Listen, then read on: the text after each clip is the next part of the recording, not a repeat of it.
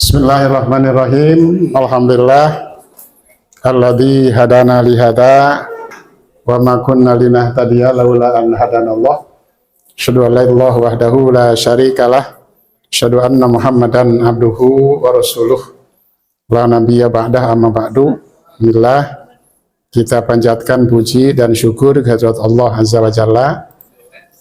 Pada pagi ini menjelang siang kita bisa bertemu kembali di acara manasik haji yang kedua ya. Kita akan lanjutkan pembahasan kita yang tertunda belum selesai pada sesi yang pertama di pekan yang lalu. Kita sudah sampai pada penjelasan pada waktu itu, sudah sampai di Mekah ya pada waktu itu ya. Masuk Ka'bah ya. Masuk Masjidil Haram maksud saya. Jadi ketika kita sudah istirahat di hotel ya, maka siap-siap untuk menuju Masjidil Haram dengan tetap melantunkan talbiyah ya, labbaika Allahumma labbaik ya. Kemudian kita masuk masjid dari pintu mana saja. Tidak harus dari pintu Bani Syaibah. Nah, sebagaimana biasa masuk masjid tetap saja.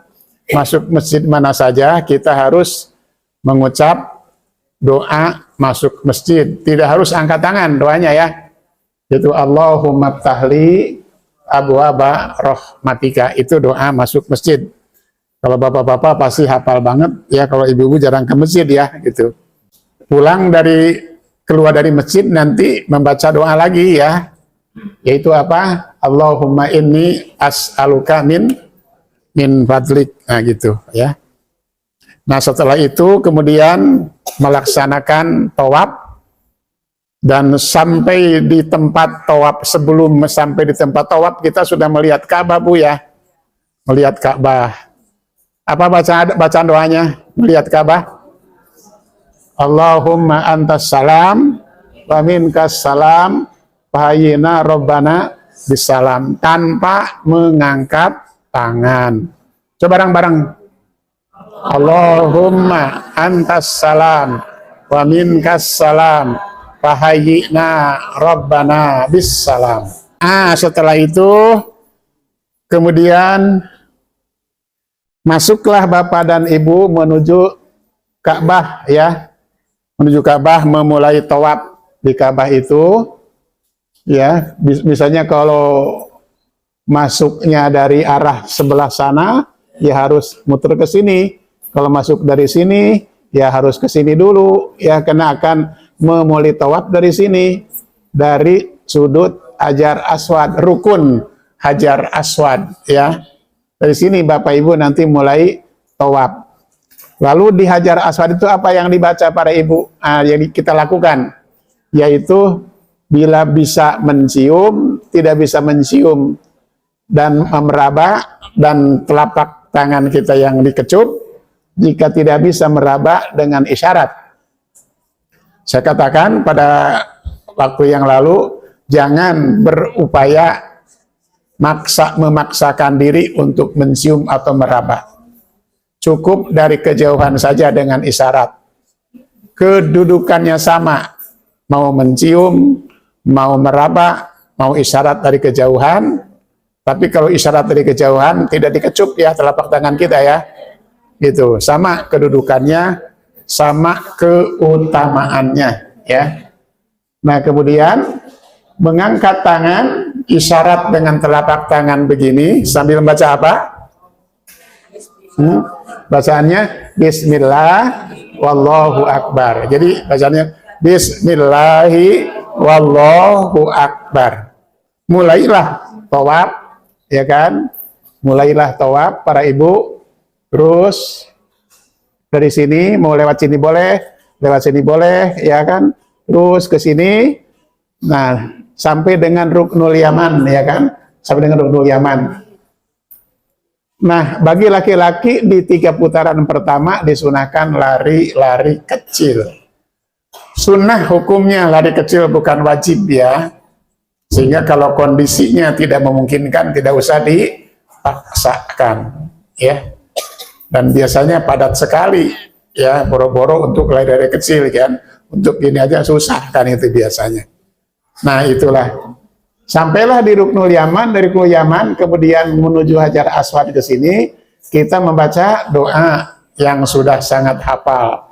Orang bilang doa sapu jagat. Rabbana atina fid dunya hasanah wa fil akhirati hasanah wa qina adzabannar.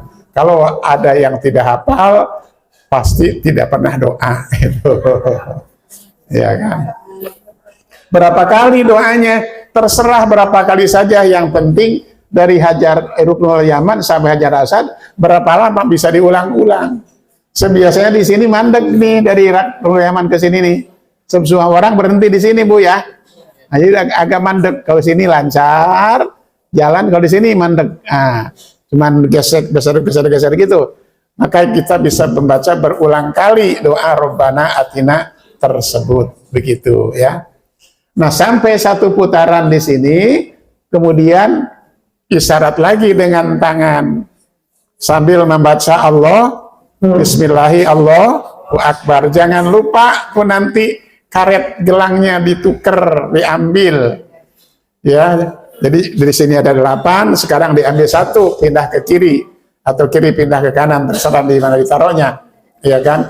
Berarti sudah 1. Terus muter lagi 2 sampai di Ruknul Yaman, baca lagi doa tadi sampai di Hajar Aswad, isyarat lagi, dan seterusnya begitu sampai 7 kali. Catatannya tidak ada doa khusus, tidak ada zikir khusus antara sudut Hajar Aswad sampai dengan Ruknul Yamani, tidak ada. Tapi bukan berarti tidak boleh zikir, tidak boleh doa, itu ya. Tidak mencium atau tidak mendapat Ka'bah, tidak merasa tidak puas, bolehlah. Gak puas boleh ya.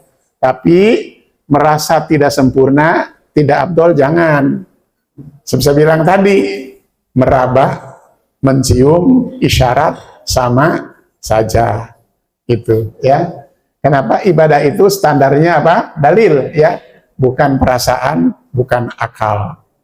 Saya menyesal nggak mencium, kenapa nggak usah nyesel-nyesel kan gitu. Oh sama dengan isyarat gitu kan. Jangan sampai gara-gara tidak mencium Ka'bah kebawa sampai pulang. Ya, gitu. Lalu dikomplain, yang dikomplain pembimbing lagi. Jangan ya. Jadi sama ya, sama. Kedudukannya, sama abdolnya, sama sempurnanya. Maka sekali lagi, merasa tidak puas boleh-boleh saja. Ya, tapi merasa tidak abdol, jangan. Kalau sudah sesuai dengan aturan dan tuntunan, ya sudah abdol gitu. Sepuas itu kan ukuran perasaan ya. Jadi rasa itu ya relatif, mungkin ada yang puas, ada yang tidak. Makanya ibadah itu sekali standarnya bukan perasaan, bukan hati, tapi dalil. Ya, bukan pula akal dalam ibadah itu. Kemudian setelah selesai tawaf 7 kali, maka ibu dan bapak sholat sunnah di sekitar makom Ibrahim di sini, ya. Tidak usah dekat-dekat ke makom Ibrahimnya. Makom itu tempat berdiri Nabi Ibrahim, bukan makam. Kalau makam itu di kita tempat kuburan, makam. Dan nggak ada dalam bahasa Arab makam kan gitu kan? Itu adanya makom. Dari kata koma, yakumu, ya koma berdiri, makom tempat berdiri. Di situ ada semacam prasasti bekas telapak kaki Nabi siapa? Ibrahim alaihissalam pada waktu membangun Ka'bah kan gitu. Yang kata Al-Qur'an, fihi ayatum bayyinatum maqamu Ibrahim. Nah, sholat 2 rakaat di situ ibu bapak. Ya. Ketika mau sholat di sini sesampai di area makom Ibrahim, yang kita baca apa? Wattahidu mim maqami Ibrahim musholla. Coba bareng. Wattahidu mim maqami Ibrahim musholla. Bagaimana kalau lupa baca itu? Sah nggak? Sah, karena itu sunnah. Jadi lupa bacaan zikir dalam haji itu tidak membatalkan haji, karena semuanya adalah sunnah. Tapi bukan berarti nggak usah dihafalin kalau gitulah sunnah ini, jangan. Karena kata hadis, khudhu anni manasikakum, ambil olehku, kata Rasulullah, dariku tata laksana ibadah hajimu. Setelah itu sholat di makom Ibrahim, 2 rakaat ya, 2 rakaat sholatnya. Di rakaat pertama setelah Fatihah baca surat Kulhu, Al-Kafirun. Apal nggak Al-Kafirun? Apal? Saya pertanyakan gitu keislamannya kalau nggak hafal surat itu. Di rakaat kedua baca surat apa? Al-Ikhlas. Apalagi Al-Ikhlas ya? Itu mah gacoan. Setelah Al-Fatihah baca Al-Ikhlas, dinyaringkan bacaannya, dinyaringkan ya kan, jadi Bismillahirrahmanirrahim, Alhamdulillahirabbil alamin, Arrahmanirrahim, dan seterusnya, dinyaringkan. Nah, sholat 2 rakaat di makom Ibrahim, ya, baca Al-Fatihah, setelah Al-Fatihah rakaat pertama Al-Kafirun, di rakaat kedua Al-Ikhlas setelah Al-Fatihah. Kalau ibu bertanya, kenapa baca 2 surat itu? Nggak tahu. Sebab Rasul tidak menjelaskan kenapa-kenapanya. Tapi kalau kita analisis, ibu bapak, kenapa Al-Kafirun dan Ibrahim dan Al-Ikhlas? Karena 2 surat itu bicara soal yang sama. Apa? Soal keikhlasan atau kemurnian dan keutuhan tentang tauhid. Sama. Bedanya, surat Al-Ikhlas itu bicara soal keyakinan tentang keesaan Allah. Sedangkan surat Al-Kafirun adalah aktualisasi, pelaksanaan dan pembuktian dari tauhid. Itu tidak menyembah selain Allah. Itu bedanya di situ. Makanya 2 surat itu satu nafas, ya. 2 surat itu satu semangat, yaitu semangat tentang tauhid. Sekali lagi, perbedaannya, Al-Ikhlas bicara soal keyakinan, sedangkan Al-Kafirun bicara soal praktek dari keyakinan itu, amalan dari keyakinan itu.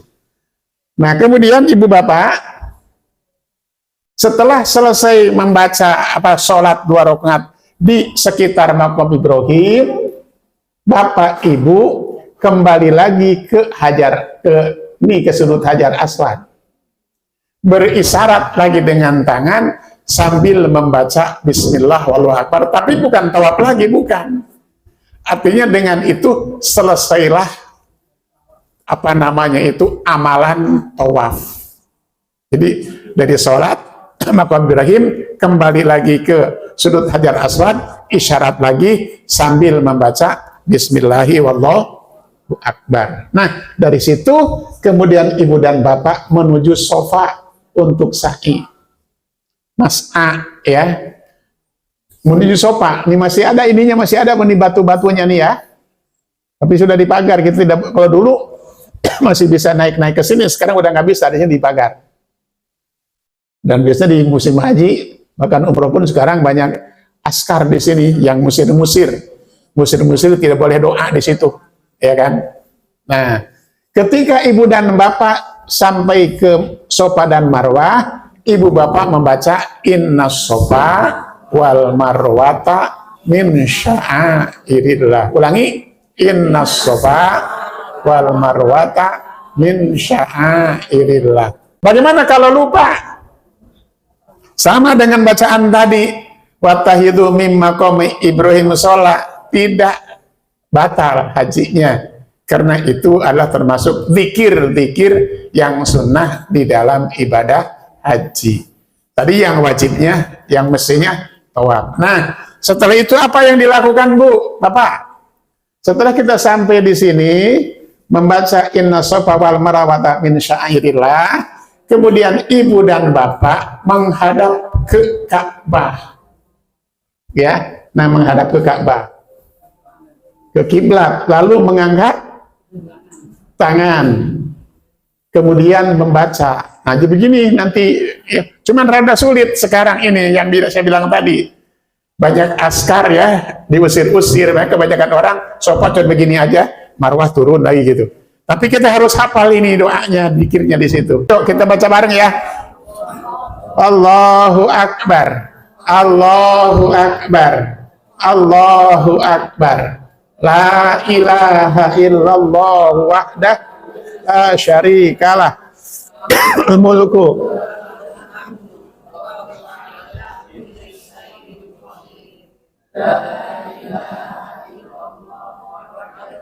anjaja wa'da wa nasara 'abda wa hazamal azaba wahda. Ulangi dah. Allahu Akbar, Allahu Akbar, Allahu Akbar. La ilaha illallah wahdahu la syarikalah lahul mulku wa lahul hamdu wa huwa ala kulli syai'in qadir. La ilaha illallah wahdah anjaja wahdah wa nasara 'abdah wa hazamal ahzaba wahdah. Setelah selesai itu berdoa. Doa sudah diinventarisasi dari sekarang doanya. Ya. Doa-doa yang paling bagus, doa-doa yang paling bermanfaat, doa-doa yang hebat untuk urusan dunia dan akhirat. Selesai berdoa, baca lagi ini. Allahu Akbar, Allahu Akbar. Sampai dengan wahazamal jamawada. Selesai membaca itu, doa lagi. Ingat di situ saat mustajabah doa kita. Ya. Selesai doa, baca lagi ini. Diulang sampai 3 kali. Gitu. Selesai 3 kali di sofa itu, kemudian ibu dan bapak menuju marwah tuh, berangkat menuju marwah dari sofa ya. Nah, nanti untuk bapak-bapak ini khusus ya, ada neon hijau lari-lari kecil di sini. Ada kecil ya, neon hijau tuh. Kecil. Untuk ibu tidak lari kecil ya. Nah, sampai neon hijau ke neon hijau. Tahu nggak neon? Naon. Iya, nggak tahu tuh neon, tapi hijau gitu kan. Nah, tadi kecil, tidak ada zikir apapun. Kemudian nanti ibu sampai di marwah. Di marwah kemudian menghadap Ka'bah, lakukan seperti yang dilakukan di sofa. Allahu Akbar tadi. Sampai diulang 3 kali, antaranya diselingi dengan berdoa. Apa yang mau diminta kepada Allah Ta'ala? Doa kebaikan dunia dan akhirat. Minta rumah tangganya sakinah mawaddah warahmah plus markona. Ya kan? Terus setelah itu minta supaya dikasih sehat, minta supaya dikasih rizki yang halal, minta supaya husnul khotimah, minta supaya meninggalnya bersama orang seperti orang baik, minta supaya dibebaskan dari siksa kubur, minta supaya nanti di hari akhirat dihisab dengan hisaban yang ringan, gitu. Untuk anak dan siapapun kita boleh berdoa di situ. Nah, dari sofa ke marwah berarti kita sudah dapat 1. Dari marwah kemudian balik lagi ke sofa.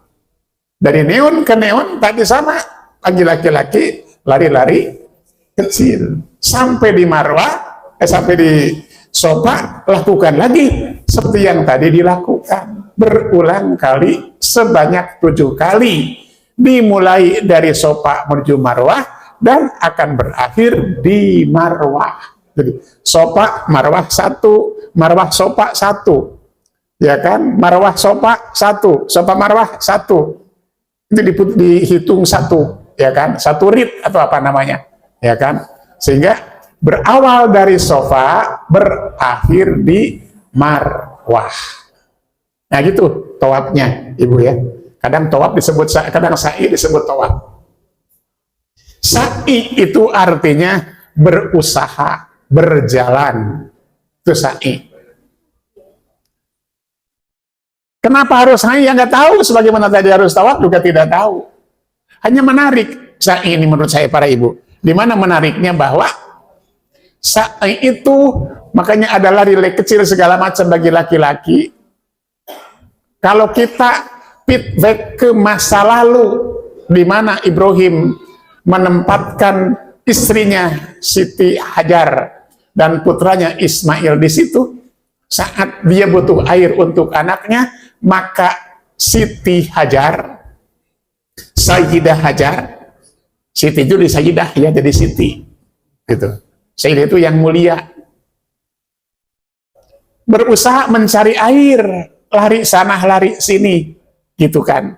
Maka sa'i kita antara Safa dan Marwah itu seakan-akan kita melakukan sebuah rekonstruksi terhadap apa yang dilakukan oleh Siti Hajar.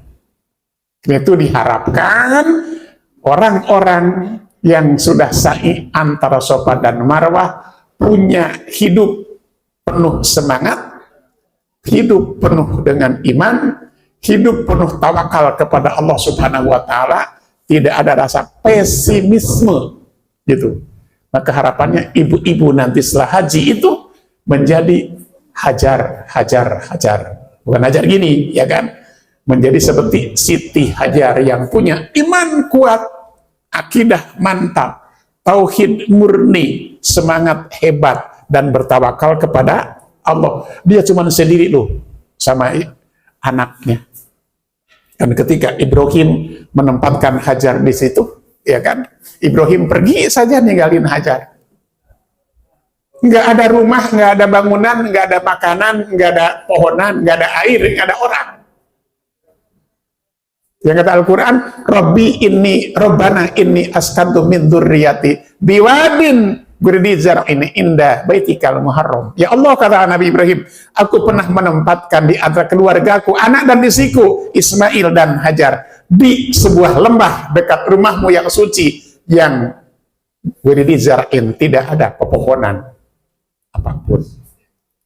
Maka Siti Hajar bertanya, Ibrahim, kalau kita barangkali, Papi mau kemana? Kok aku ditinggalkan sendiri? Gitu. Ibrahim jangankan menjawab, nengok pun tidak. Terus aja. Teriak lagi Hajar, Pak mau kemana? Kok aku di sini tinggal berdua dengan anakku? Ibrahim tidak menjawab. Terus aja. Ketika Hajar berkata, ya Ibrahim, hal amarokallahu bihada. Kata Siti Hajar, Ibrahim, apakah ini perintah Allah, aku dan anak yang masih merah ini harus tinggal di sini? Baru Ibrahim berhenti. Kemudian menghadap Hajar dan berkata, Naam, laqad amaroni Allah bihada, kata Ibrahim. Benar Hajar, sungguh Allah telah merintahkan kepadaku seperti ini. Kenapa tadi Ibrahim terus aja ngeloyor, gak menjawab? Ketika ditanya apakah diperintah Allah baru menjawab, iya. Kalau tadi pertanyaan yang dua dijawab, Ibrahim mau kemana? Itu akan jadi diskusi dan emosi. Maka tidak perlu dijawab. Karena itu adalah pertanyaan yang lahir dari perasaan dan pikiran yang kacau balau, yang cemas. Tapi ketika dia mengatakan, Ibrahim apakah diperintah Allah? Ini pertanyaan yang lahir dari tauhid. Kalau pertanyaan yang di tauhid gampang jawabannya, benar dari Allah. Udah tenang, kata Siti Hajar. Kalau memang ini perintah Allah, aku ridho. Karena aku yakin Allah tidak akan menyia-nyiakan aku. Itu. Makanya saya bilang mudah-mudahan ibu jadi Hajar yang tangguh ya, wanita tangguh ya. Dan Hajar itu istri kedua Nabi Ibrahim. Jadi di Marwah zikir dan doa seperti di Safa. Nah, setelah selesai kita sa'i, berakhir di Safa tadi, kita tahallul. Apa tahallul? Tahallul itu dari halal. Jadi dari kata halal, tahallul. Tahallul itu artinya, kan tadi dalam keadaan ihram kita diharamkan ya yang muharramat itu kan. Ada perkara-perkara yang diharamkan saat kita ihram. Tidak boleh pakai wangian, tidak boleh memotong kuku, tidak boleh memotong rambut, tidak boleh hubungan suami istri dan sebagainya.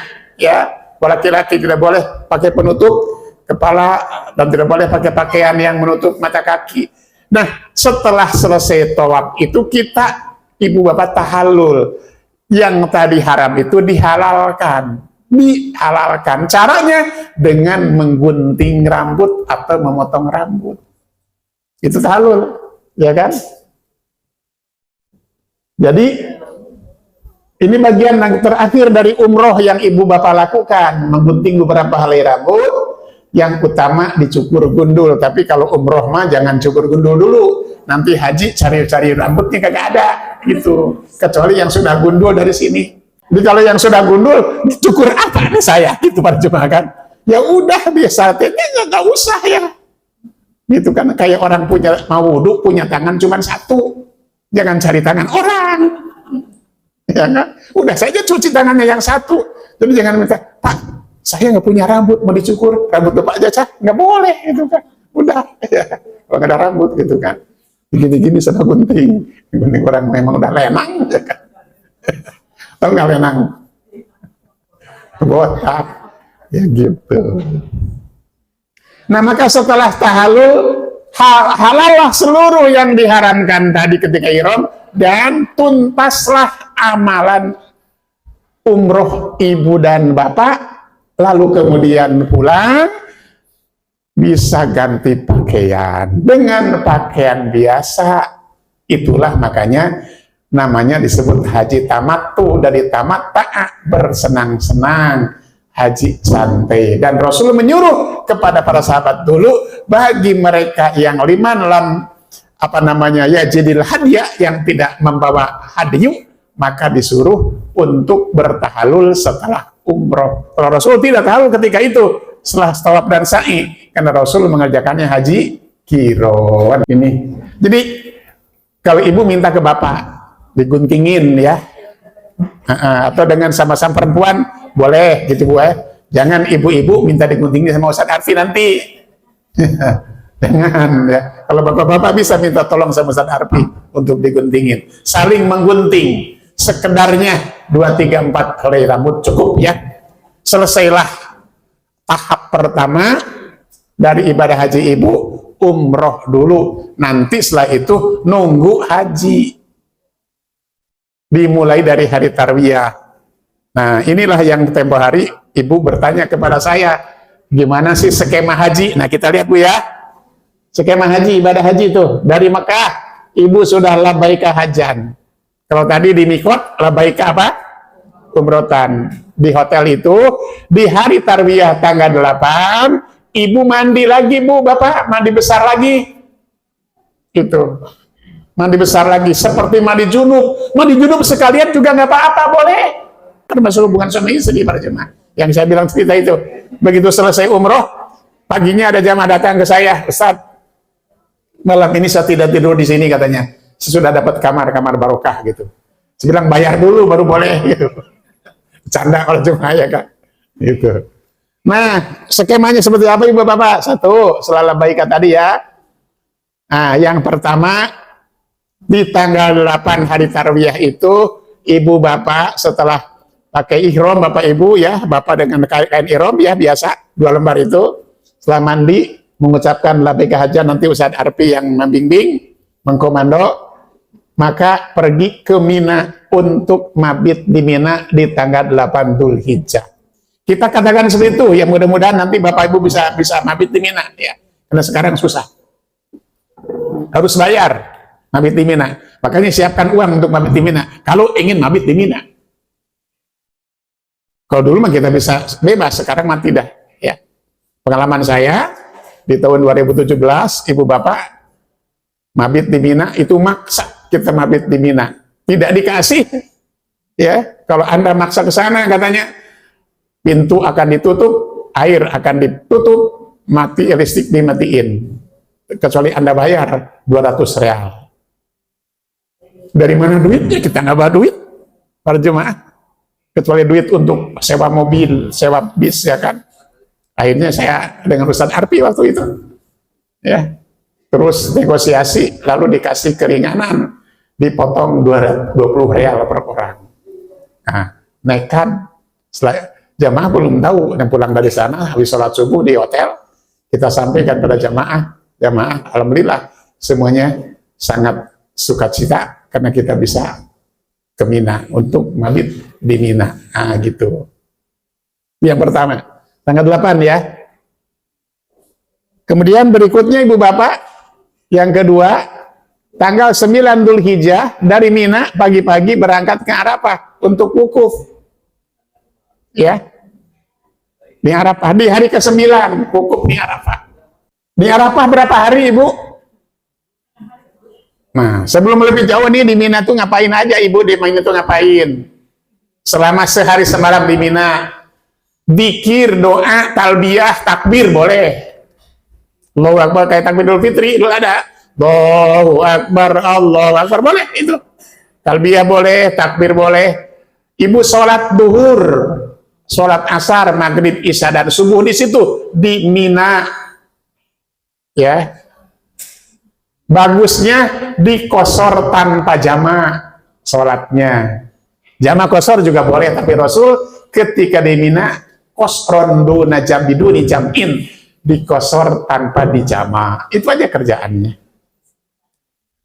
Dan Nabi Mina ini apalagi nanti di hari ke-11, 12, di hari ke-11, 12 itu, 10, 11, 12 itu, di Mina itu di, apa namanya, toiletnya, nah di situ sabarnya luar biasa. Antrian toilet itu luar biasa, Bu. Kalau di malam hari tarbiyah, belum begitu ngantri, sebab tidak banyak orang yang nginep di Mina di malam itu. Tapi kalau setelah wukuf nanti antriannya luar biasa, ya kan? Kita sudah kebelet pipis ya, memang harus ditahan kebelet pipis antriannya, dan itu jadi kenangan indah. Pernah apa? Pernah nahan pipis sampai godek-godek gitu kan? Itu jadi kenangan itu, Bu. Ya. Jadi apapun yang kita alami ketika berhaji itu jadi kenangan. Ya. Tuh kayak gitu. Ya kan? Itu yang dikerjakan. Nah, pagi-pagi berangkat ke Arafah untuk wukuf di Arafah di hari ke-9. Wukuf dimulai setelah sholat duhur. Sebelum duhurnya ada apa namanya khutbah wukuf, lalu sholat duhur dan asar jamak kosor takdim. Setelah itu wukuf di Arafah sampai maghrib. Wukuf itu wakofa itu diam. Yang kita lakukan adalah zikir, doa, kemudian muhasabah, baca Quran dan sebagainya. Sampailah di Arafah. Itu kata Arafah itu kan kata Arafah. Arafah itu paham, Arafah itu mengerti, Arafah itu, maka diharapkan ketika kita di Arafah kita mengetahui siapa kita. Paling tidak itu, Bu, ya. Siapa saya, dari mana saya, sekarang di mana saya, akan kemana saya. Saya ini adalah hamba Allah. Sekarang di mana? Di dunia. Lalu harus apa saya? Harus ibadah. Mau kemana saya?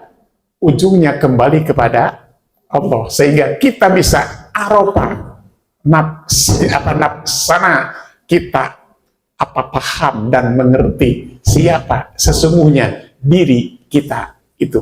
Nah, kemudian berikutnya Ibu Bapak, yang ketiga, setelah selesai wukuf di Arafah sampai dengan waktu maghrib, Ibu Bapak menuju Muzdalifah untuk mabit. Mabit itu menginap, ngendong.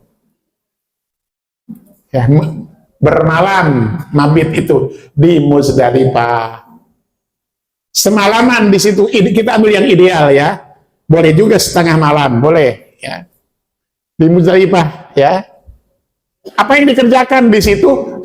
Kan kita berangkat maghrib dari Arafah, belum maghrib tuh, belum sholat maghrib, nanti maghrib dan isyanya di Muzdalifah di jamak takhir qashar. Tapi jika ditakdirkan di Arafah itu sampai maghrib jam 7, 8, jam 9 belum dijemput untuk ke Muzdalifah, sholat maghrib dan isya aja di situ gitu ya. Nah, itu Muzdalifah ya. Berikutnya rincian nanti kita jelaskan. Yang keempat, kemudian dari Muzdalifah setelah kita tidur di situ, setelah sholat subuh, setelah doa di Masy'aril Haram, yang kata hadis kullu Muzdalifah Masy'aril Haram, seluruh area Muzdalifah itu Masy'aril Haram. Doa di situ setelah sholat subuh sampai rada rancang remang-remang begitu, doanya makbul. Kalau orang Sunda itu sarang cangtihang. Kalau ada orang Sunda di sini ya. Jadi gelap sampai terang. Tapi di sana mah nggak gelap, terang semua kan, ada lampu gitu. Nah, habis itu dari Mina tanggal 10 Dzulhijjah, ibu bapak pergi kemana? Menuju Mina. Tanggal 10 menuju Mina. Untuk apa di Mina? Melontar Jumratul Aqobah. Jumroh yang terakhir di hari ke-10 pagi-pagi. Setelah Jumratul Aqobah, apa yang ibu lakukan? Yang ke-11-nya apa? Yang ke-6-nya apa? Al-halq, ya, dicukur. Nah, di sini baru dicukur nih, dicukur gundul. Ya, jadi jangan sayang rambutnya digunduli, dan itu menggunduli ibadah. Ya, Rasul mengatakan, Allahumma rahamlil muhallikin. Ya Allah, limpahkanlah rahmat kepada orang-orang yang dicukur botak, dicukur gundul, gitu. Sampai 3 kali kata sahabat, ya Rasulullah, walil muhallikin, yang digunting saja, dicukur biasa. Kata Rasul ujung-ujungnya, ya boleh, gitu kata Rasulullah. Ya, jadi yang utama dicukur gundul. Bilang sama ibu kalau bapak mau dicukur gundul ya Pak. Ya, sebab adab. Takutnya ibu nggak suka lihat bapak pelontos. Ini ada pengalaman saya di tahun berapa ya? Tahun 97 masih ingat itu ya. Jadi ada seorang ibu ngamuk kepada bapaknya gara-gara bapaknya digunduli, nggak bilang-bilang dulu gitu. Ngamuk, marah, ya, sampai nggak ngomong seharian gitu kan, cemberut itu. Ibu-ibu kan tahu sendiri kalau udah marah kan gitu ya. Nah gitu, bilang dulu, Bu mau digundulin, kata ibunya. Bagus Pak, kalau digundulin itu yang utama. Nah gitu, ya udah, jangan Pak, jelek gitu kan. Rambut makan juga nunggu lagi ya. Kalau ibu cukup digunting saja, ibu mah jangan digunduli. Ya. Walaupun mau digunduli jangan, sebab tidak ada sunnahnya bagi ibu gunduli rambut. Kata halul kan gitu. Ya. Nah gitu ya. Setelah itu apa? Hadiyu, menyembelih hewan kurban. Hadiyu ya. Nah, tapi haji ini bisa dilaksanakan di hari tasyrik.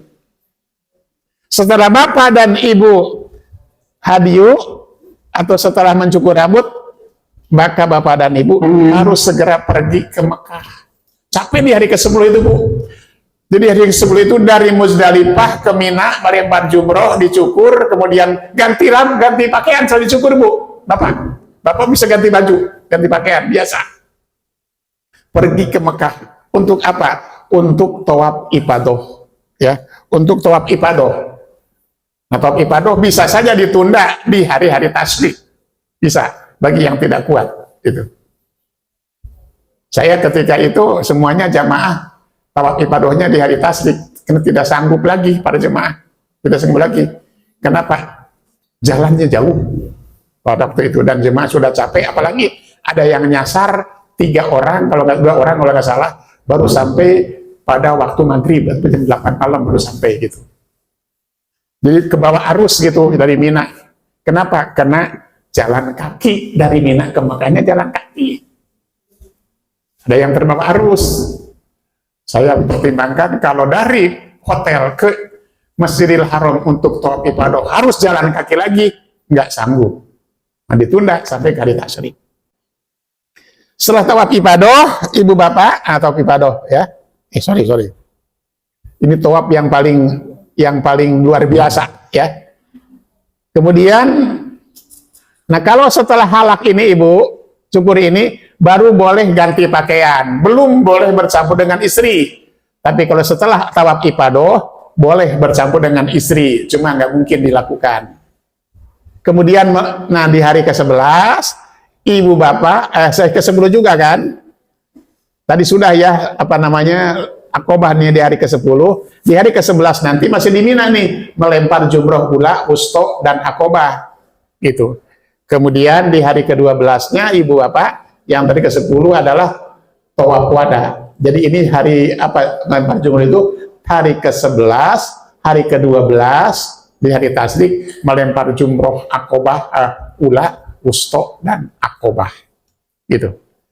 Kemudian terakhirnya sebelum berangkat ke Madinah, tawaf wada. Itu di situ apa namanya perjalanan hajinya, ya. Skemanya seperti itu.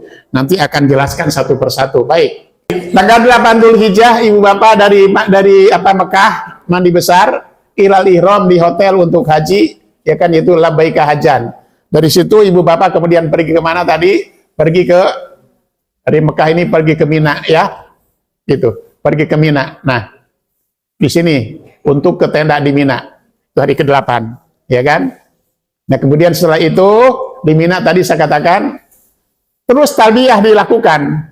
Ya, talbiyah sepanjang yang dilakukan selama ada di apa namanya di tenda Mina dilakukan talbiyah itu bisa takbir juga bisa, ya. Itu. Nah, kemudian kondisi dalam tenda Mina kayak begini, Bu. Bawahnya hambal. Sekarang ada kasur. Di Mina itu ada kasur sekarang, ya, itu dingin, ya, dingin di sana, ya, itu di Mina, ya kan. Nah, jadi hari tarwiyah itu. Kemudian kita lihat lagi kondisi di tenda itu, nah kayak begini, ya. Ibu-ibu seneng deh, apa namanya itu, mejeng berpose, ya. Nah, ini baca-baca Quran di Mina.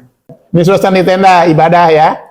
Nah, kalau dulu kan kita masih punya tikar dulu mah, punya tikar untuk tidur di situ. Nggak tahu sekarang nih, beli tikar apa enggak kalau ada kasur di sana kan. Tapi perlu juga tikar nanti untuk di Arafah, ya. Beli tikar. Bisa bawa di sini, ribet, murah di sana tikar. Paling 5 atau 10 real kali, ya. Ya kan? Nah, ini kondisi Mina di malam hari, Bu, di malam 9 Dzulhijjah. Jalan-jalan boleh keluar gitu kan. Jalan-jalan, cari suasana, tapi hati-hati nyasar. Sebab nanti repotnya kan luas gini itu para ibu, luas sekali gitu kan. Begitu pengen tahu nyasar-nyasar itu repot, bikin usah api kalah kabut nanti, kasihan ya. Ini kondisinya kayak begini di malam hari, indah luar biasa, Bu. Ya, kalau malam ke-10 hari tarwiyah, malam ke-9 hari tarwiyah itu masih sedikit lengang. Karena orang Indonesia sedikit, tapi orang-orang lain dari berbagai negara mereka tarwiyah gitu. Nah, gitu ya. Berjalan-jalan cari nasi kebuli ada di situ, ya kan. Makanan apa juga ada di situ, ya, nasi kebuli sama ayam panggangnya enak banget, Bu. Bayangin aja deh dulu, ya, gitu. Ibadah apa yang mendudukan Mina sekali lagi? Yang dilakukan Mina adalah tadi talbiyah, zikir, doa, baca Al-Quran, salat duhur, asar, maghrib, isya, dan subuh, ya. Nah, salat ini para ibu pelaksanaannya di Mina dengan dikosor dan lebih utama tidak dijamak. Dia bilang tadi, ya, itu di Mina seperti itu. Silahkan jamak kosor boleh, ya kan. Kosor saja boleh, maghrib, duhur 2, asar 2, maghrib 3, isya 2, subuh berapa ya? 2 juga, ya. Kirain cuma 1 gitu di kosornya. Dalil tentang Rasul sholat di Mina, ya kan. Terjemahnya saja untuk menghemat waktu. Maka setelah selesai hari tarwiyah, mereka menghadap menuju Mina, lalu mereka berikhlal untuk haji tadi, ya kan. Rasulullah naik kendaraan unta, sekarang kita naik bis, ya. Beliau sholat di Mina, duhur, asar, maghrib, isya, dan subuh. Kemudian diam sejenak lalu pergi. Nah, jadi situ kosor tanpa jamak, sholat di waktunya masing-masing. Kemudian ini masuk hari ke-9, pagi-pagi ibu bapak dari Mina diantar nanti ke mana? Ibu bapak tadi ke Arafah untuk wukuf. Ini orang yang jalan kaki nih dari Mina ke Arafah. Ibu mau bapak kayak begini? Mau? Sendiri aja. Nanti nggak kata Ustaz Arfi. Itu ya. Luar biasa. Para jemaah ibu bapak jalan luar biasa, penuh putih semuanya kecuali kepalanya hitam. Ya. Ini kalau istilah hadis itu sawadul adom, ya kan? Rombongan banyak putih kepalanya itu. Nah, pagi-pagi berangkat ke Arafah untuk wukuf di Arafah. Itu ibu bapak ya, wukuf di Arafah. Nah, ini suasana Arafah nih. Enak sekarang mah Arafah itu tempatnya, tendanya bukan tenda ini lagi, bukan tenda terpal lagi. Kalau dulu mah saya haji pertama, kedua, ketiga, seterusnya itu tendanya masih terpal. Panas, WC toiletnya juga, toiletnya kayak di zaman kita tahun 60-an, 50-an. Ala kadarnya tanah digali, kemudian pakai kayu, ada dinding sedikit, tipis di situ, buang di situ. Betul-betul itu kayak primitif. Oh, sekarang mah sudah modern ya. Nah, di bawahnya ini, maka saya bilang tadi perlu ini pakai karpet nih, tebel, empuk, ya kan? Tapi perlu juga tikar tadi itu supaya tidak gatel, ya, karena ya di situ kan debu, pasir ya kan? Nah, gitu. Nah, ini keadaan sampai kita di Arafah ya. Nah, jadi suasana tenda Arafah seperti ini, dingin, adem. Nah, ini para jemaah, ibu bapak, suasana di Arafah kayak begini, ya kan? Nanti juga seperti ini, ya kan? Ini adalah ibadah yang luar biasa, ya. Kemudian, ibu bapak, ibadah di Arafah apa? Ibadah di Arafah itu pagi-pagi pada tanggal 9 Dzulhijjah, Yaumul Arafah, dari Mina berangkat menuju Arafah, ya. Kemudian, pada saat berangkat menuju Arafah, disunahkan bertalbiyah, terus bertalbiyah ya. Ya, nanti Ustaz Afi akan komando, ya kan? Kemudian selanjutnya wukuf di Arafah dimulai setelah duhur, setelah zawal sampai dengan waktu maghrib, gitu kan? Nah, nanti ada tata cara wukufnya. Gimana tata cara wukufnya, ibu bapak? Tata caranya satu, khutbah Arafah oleh pembimbing sebelum duhur. Jadi katakan supaya gampang, kalau duhur jam 12, maka setengah 12 sudah mulai itu upacara ibadah di Arafah. Khutbah Arafah dulu, ya. Bisa oleh Ustaz Arfi, mungkin kita ibu-ibu doang gitu kan. Kalau kita tendanya untuk kita saja, ya Ustaz Arfi yang khutbah Arafah. Selesai sampai duhur khutbah Arafahnya. Begitu datang waktu duhur, kemudian adzan duhur. Habis adzan kemudian iqomah, habis iqomah kemudian sholat duhur 2 rakaat dikosor. Lalu qomat lagi, kemudian sholat asar 2 rakaat dikosor. Itu yang Rasul katakan, kata Umar bin Khattab. Rasul ketika di Arafah itu sholat duhur wal asro jam'an wa qasron. Sholat duhur dan asar jamak dan qasor. Gitu. Barulah di situ mulai ibu ibadah, doa, zikir gitu. Yang khusyuk.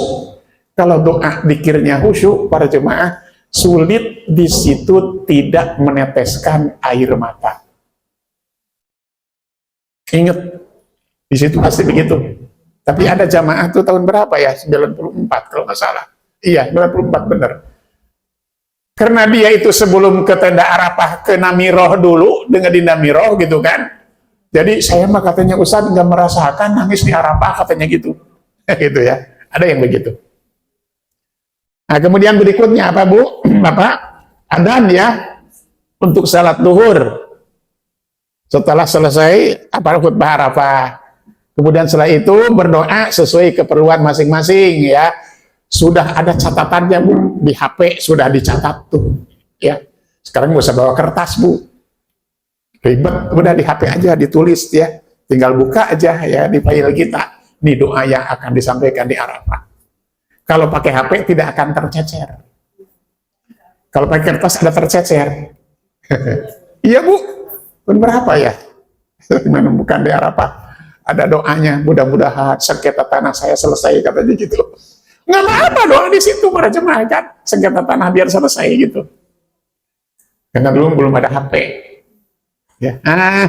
Kemudian selanjutnya, jika wukuf jatuh pada hari Jumat, maka tetap sholat duhur, tidak sholat Jumat. Karena Rasulullah itu wukuf di Arafah di hari Jumat. Yang dilaksanakan bukan sholat Jumat, tapi sholat duhro wal asro jam'an wa qasran atau qasrun wa jam'an. Jadi walaupun hari Jumat, sekali lagi wukuf di Arafah tidak sholat Jumat, tapi duhur dan asar. Dan ini sekaligus menjadi dalil bahwa musafir boleh tidak sholat Jumat. Bukan yang musafir haji, musafir umroh juga sama. Musafir kemana saja juga boleh, gitu kan. Boleh Bapak kalau berangkat jauh kemana gitu, bawa kendaraan sendiri, hari Jumat boleh. Pengen nyobain hari Jumat tidak sholat Jumat, boleh.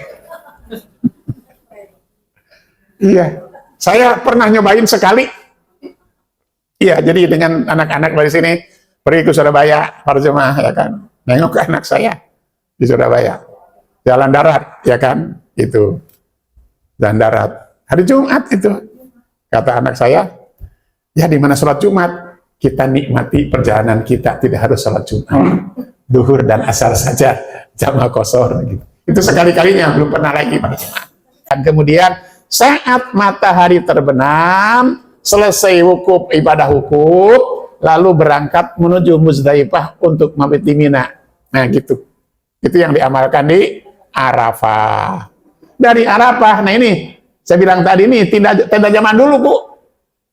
Makanya dulu mah ribet haji itu ke Arafah itu bawa air di dirijen, kemudian buat semprot-semprot. Semprot-semprot gitu kan. Panas, ya kan tuh gitu.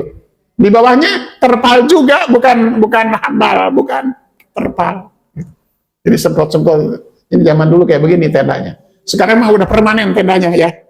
Permanen. Pakai apa namanya? Pakai AC ya, pakai AC, Bu.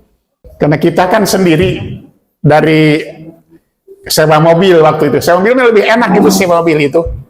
Dari bisa mengerjakan haji sesuai schedule dan keinginan kita sesuai dengan sunnah gitu kan. Cuma kami, ini pengalaman saya aja, pernah tidak diizinkan. Jadi waktu saya itu dengan Ustaz Arfi tahun 2017 itu dari Mekah ke Mina pakai mobil sendiri. Boleh dipakai katanya kan gitu. Dari Mina ke Arafah dikasih mobil sama maktab. Nah ketika, dan kata mereka, tidak boleh Anda pakai mobil Anda, harus pakai mobil kami, taruh Dudi. Makanya yang saya cemaskan itu, waktu itu saya takut tidak diizinkan berangkat pakai mobil kita. Kira-kira jam 5, saya bilang Ustaz Arfi, ayo kita temuin kepala maktab di tendanya. Itu wakilnya itu orang orang Palembang, ibu bapak ya, lupa lagi saya namanya itu ya, Indragiri, Pak Indragiri itu nama sebutannya. Dia lagi tidur, saya tepuh bangunkan, dibangunkan, Pak, saya mau izin, saya mau keluar dari tenda ke mobil yang sudah standby nunggu untuk ke Muzdalifah. Dia bangun, main iya aja dia.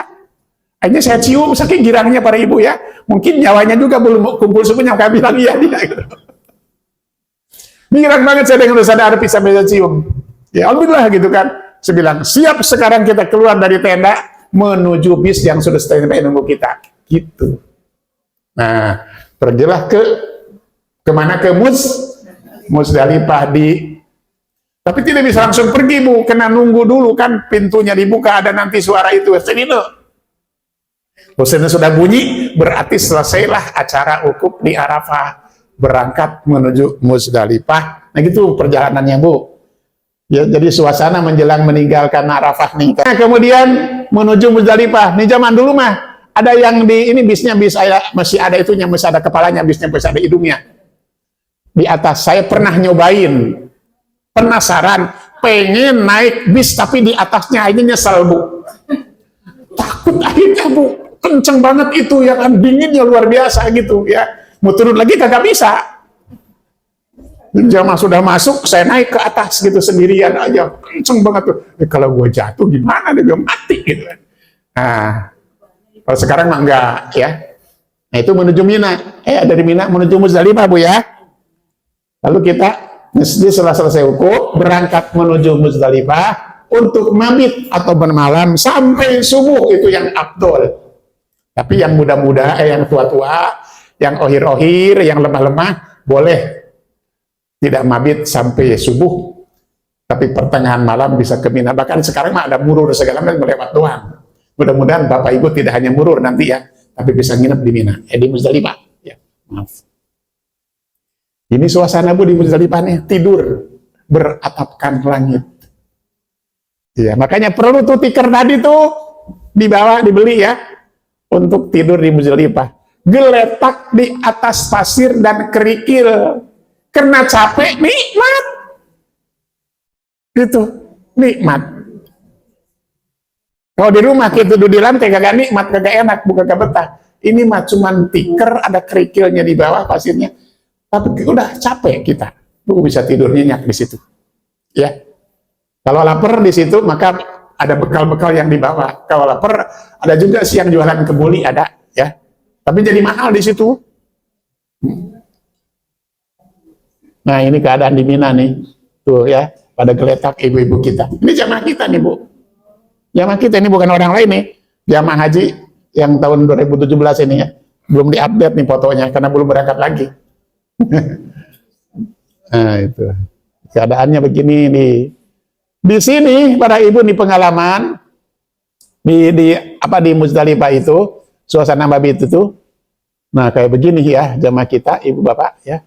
Jadi mabit di Muzdalifah, bermalam di Muzdalifah sampai subuh, ya, mengerjakan sholat maghrib dan isya dengan dikosor dan jamaah. Nanti sholat subuh tidak dikosor ya subuhnya ya, tetap 2 rakaat. Habis sholat subuh, zikir doa di Muzdalifah yang saya bilang tadi itu termasuk tempat yang mustajab untuk berdoa. Setelah berdoa dan setelah terang, kita kemudian berangkat. Naik bis ya gitu. Ini ada catatan ya. Bagi yang udur atau sakit atau lemah atau tua ya boleh meninggalkan Muzdalifah menuju Mina pada malam itu setelah setengah sebentar. Saya pernah mengalami itu ya. Apalagi itu mereka dengan Ustaz Taufik kalau Yarham dulu itu. Ustaz Fauzi kalau Yarham ya. Jadi bawa ibu-ibu ya, jadi tidak nginep di Muzdalifah, langsung ke tenda yang kita sewa. Dulu kita bisa sewa sih tenda Bu di Arafah itu, di bukit-bukit, sehingga kalau turun untuk lempar jumroh tinggal turun aja, nggak capek-capek gitu. Berangkat. Yang menariknya sedikit cerita ya boleh ya. Saya udah sampai. Ustaz Fauzi, Ustaz Taufik belum sampai waktu itu. Karena 3 kami yang langsung ke sana. Tak lama kemudian datang Ustaz Fauzi Allahyarham dengan rombongan. Sampai jam 3 malam Ustaz Taufik belum datang dengan rombongan. Saya punya feeling jelek itu. Ini saya selesai sholat subuh saya langsung keluar telusuri gitu. Ketemu para jemaah. Ketemu siapa? Ketemu rombongan haji persis di bawah jembatan. Saya bilang, kenapa Bapak di sini? Saya disuruh Ustaz Taufik diam di sini, tidak boleh pergi kemanapun sebelum Ustaz Taufik datang. Dan Ustaz Taufik ngurusin ibu yang sakit ke rumah sakit. Kalau gitu saya bilang, sudah Bapak dan Ibu berangkat sekarang dengan saya menuju tenda. Gitu. Ustaz Taufik baru jam 2 siang datang. Jadi kalau saya tidak jemput itu bapak-bapak saat itu sampai jam 2 siang di situ. Itu kenangan yang luar biasa saya dengan Ustaz Taufik Allahyarham. Ya. Nggak tahu punya feeling, jangan-jangan ini ada apa-apa, ternyata benar ada apa-apa gitu. Semuanya ada di situ, satu bis ngumpul di jembatan tuh di Mina itu. Nah itu, jadi alhamdulillah dikasih kemudahan oleh Allah Ta'ala gitu kan. Nah selama di Muzdalifah sangat dianjurkan untuk melakukan talbiyah, masih talbiyah Bu, takbir dan tahlil. Kemudian pada salat subuh sebelum meninggalkan Muzdalifah dianjurkan berdoa terlebih dahulu sambil menghadap ke Ka'bah, menghadap kiblat. Ya. Baik. Nah, setelah itu kita ke Mina, melempar jumroh di Mina, Jumratul Aqobah di hari ke-10. Ya. Nah, pagi-pagi jam tanggal 10 pergi melempar jumroh Aqobah, ya kan? Atau disebut juga Jumratul Kubro. Caranya gimana? Caranya, Ibu Bapak, berdiri menghadap jumroh atau jamroh, ya kan? Lalu kiblat atau Makkah berada di sebelah kiri kita. Itu ketentuannya rinci ya. Kiblat atau Ka'bah berada di sebelah kiri kita. Kemudian melontar dengan 7 batu kerikil sebanyak 7 kali, tiap lemparan membaca Allahu Akbar, kan gitu ya. Allahu Akbar, Allahu Akbar 7 kali pakai kerikil. Boleh bawa dari sini kerikilnya, boleh. Boleh bawa dari sini ya. Boleh nanti ngambil di Muzdalifah juga boleh. Asal jangan bawa kelereng. Jangan. Sebab kelereng bukan kerikil. Ya. Memang lebih enak pakai kelereng karena bobotnya itu ya kan. Allahu Akbar. Allahu Akbar. Nah, itu 7 kali. Kemudian Ibu Bapak setiap lontaran disebut dengan Allahu Akbar. Nah, itulah. Nah, inilah melempar jumroh. Selesai melempar jumroh 7 kali, lalu berdoa. Apa doanya? Allahumma ja'alhu hajjan mabruron wa danban maghfur. Ayo kita bareng baca. Selesai melempar Jumratul Aqobah, di hari ke-10 itu kita katakan Allahumma ja'alhu hajjan mabruron wa danban maghfuron. Ibu Bapak ada catatan. Melempar jumroh di hari ke-10 itu 1 jumroh semua jamaah haji. Makanya berat banget. Seluruh orang ngeronyok di situ, Bu. Berat. Nah, ya. Itu hari ke-10.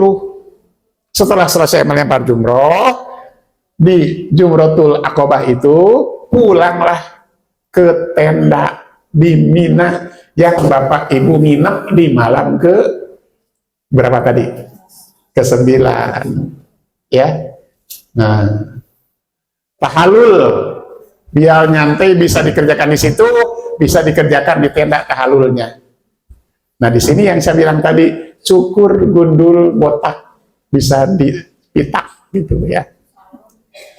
Bisa ke salon, cuman nggak ada salon beneran. Salonnya salon kaki 5 di sana. Salon kaki 5 ya. Cukur ya. Atau boleh bawa di sini alat cukurnya boleh ya. Jadi cukur di sana ya. Nah, dengan tahalul ini ya saya bilang tadi, seluruh larangan ihram bebas, makanya bisa ganti baju untuk bapak-bapak. Tapi belum bisa deketin istri. Gitu. Gandeng-gandeng saja, deketin bisa. Pepet-pepet saja, tapi jangan dipojokin. Gitu ya. Kalau sudah tahalul ya. Jawab. Aduh, bentar doang dah. Iya. Nah, setelah itu yang saya bilang tadi, tawaf ifadah ke Mekah. Ifadah itu luar biasa kayak begini, Bu, nggak ada ruang. Saya merasa kalau tawaf ifadah itu kagak ada udara gitu. Nyesek banget orangnya. Dempet-dempetan. Ya bagaimana tidak semua orang, semuanya jamaah haji di hari itu, di hari ke-10 tumplek di Mekah. Makanya kenapa jamaah haji itu dibatasi jumlahnya? Karena ruangannya tidak bertambah, jamaahnya makin bertambah, maka muncul masyakoh, muncul kesulitan. Itu kayak gini tiap ibadahnya Ibu Bapak ya. Nah, suasananya seperti ini ya. Nah, tawaf ifadah lebih utama dilaksanakan pada tanggal 10 Dzulhijjah setelah tadi melempar. Itu afdolnya. Ya. Afdolnya. Bagi wanita yang sedang haid, tawaf ifadahnya bisa dilakukan setelah selesai haid. Nanti di antara ibu, datang minta rutin. Berarti tidak tawaf ifadah setelah selesai melempar jumroh tadi. Ya kan? Kemudian atau yang udur setelah selesai udurnya ya kan. Kemudian dalam tawaf ifadah tidak ada lari-lari kecil dan selesai tawaf tidak ada lagi sholat di makom Ibrahim. Hanya sekali saja sholat di Maqam Ibrahim itu tadi setelah tawaf kudum ya. Catatannya, setelah selesai tawaf ifadah, kembali lagi ke Mina, capek. Malam itu, hari itu capek banget ya. Maka haji itu adalah, haji itu amalan yang bercirikan masyaqqah, sulit. Makanya pantas kalau kata Al-Quran, limanis tato'a, haji itu diwajibkan bagi orang yang mampu. Bukan hanya mampu secara finansial, tapi mampu fisiknya. Maka yang bagus itu haji masih muda, belia, itu yang bagus. Tapi sekarang kan banyak kendala ya. Dulu saya masih muda sih, saya daftar di usia 50 tahun. Sekarang udah nunggunya tadi 15 tahun, udah 65, udah lekro. Nah, ini yang jadi persoalan. Sa'i setelah tawaf ifadah. Seperti haji yang kemarin nih, Ustadz Agus dari Mekah terus teleponan ke saya, Ustadz gimana nih jamaah? Bingung, bahkan ada yang gimana gitu kan. Karena mereka terganggu dengan perkataan orang-orang di sana bahwa setelah tawaf ifadah itu ada lagi sa'i. Gitu. Sa'i. Setelah tawaf ifadah tidak ada sa'i. Lagi, hanya sekali sa'i kita. Nah, ini hadis-hadis yang terjadi yang terkait dengan tawaf ifadah, sa'i setelah tawaf ifadah. Ada dua hadis, saya singkatkan saja. Ada dua hadis yang tampak ta'arud seperti bertentangan tentang sa'i setelah tawaf ifadah. Hadis yang satu mengatakan setelah sa'i, setelah tawaf ifadah itu ada sa'i. Hadis yang satu mengatakan setelah sa'i, setelah tawaf ifadah itu tidak ada sa'i. Itu masalahnya. Jadi ulangi, ada dua model hadis yang menjelaskan setelah tawaf ifadah ada sa'i. Hadis yang lainnya mengatakan setelah tawaf ifadah tidak ada sa'i. Kemudian hadis itu diteliti dari segi sanadnya dan dari segi model periwayatannya, maka disimpulkanlah dengan cara tarjih, bukan thariqatul jam'i, tapi dan bukan juga dengan cara nasi mansu, tapi dengan cara tarjih. Diambil mana dalil yang lebih kuat, lebih sorih, lebih sohih, maka disimpulkanlah ibu bapak, sa'i setelah tawaf ifadah itu tidak ada, karena dalil yang lebih sohih dan sorih adalah dalil yang menyatakan Rasul hanya sa'i satu kali saja pada waktu tawaf kudum, gitu ya. Jadi penjelasan tentang sa'i setelah tawaf ifadah itu tidak ada. Ini harus jadi pegangan jamaah haji persis atau johar. Jangan ada keraguan dalam pelaksanaannya. Kalau nanti di sana pada waktu tawaf ifadah ada orang bilang sa'i dan sa'i, abaikan saja. Kenapa? Dalil yang lebih kuat, lebih mantap, lebih menenteramkan hati kita, dalil yang menyatakan setelah tawaf ifadah tidak ada lagi sa'i.